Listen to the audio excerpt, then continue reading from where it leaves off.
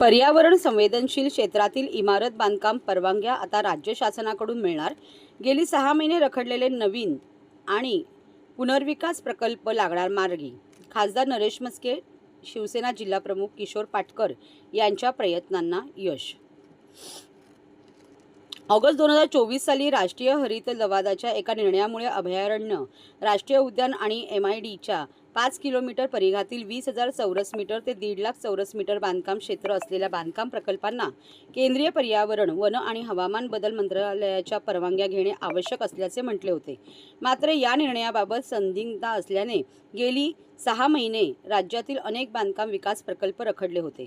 खासदार नरेश म्हस्के, शिवसेना नवी मुंबई जिल्हाप्रमुख किशोर पाटकर यांच्या निदर्शनास ही बाब आल्यानंतर त्यांनी उपमुख्यमंत्री एकनाथ शिंदे, डॉक्टर श्रीकांत शिंदे यांच्याशी संवाद साधत मार्ग काढण्याची विनंती केली होती।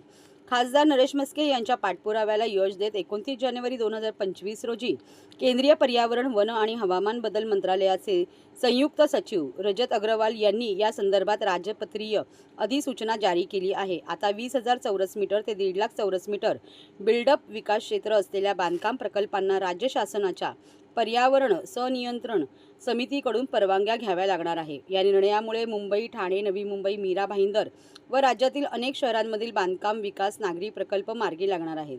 या निर्णयामुळे केवळ विकासकांना दिलासा मिळाला नसून अनेक फ्लॅट खरेदीधारक, पुनर्विकास प्रकल्पातील रहिवासी यांचाही फायदा होणार असल्याची माहिती खासदार नरेश म्हस्के यांनी दिली।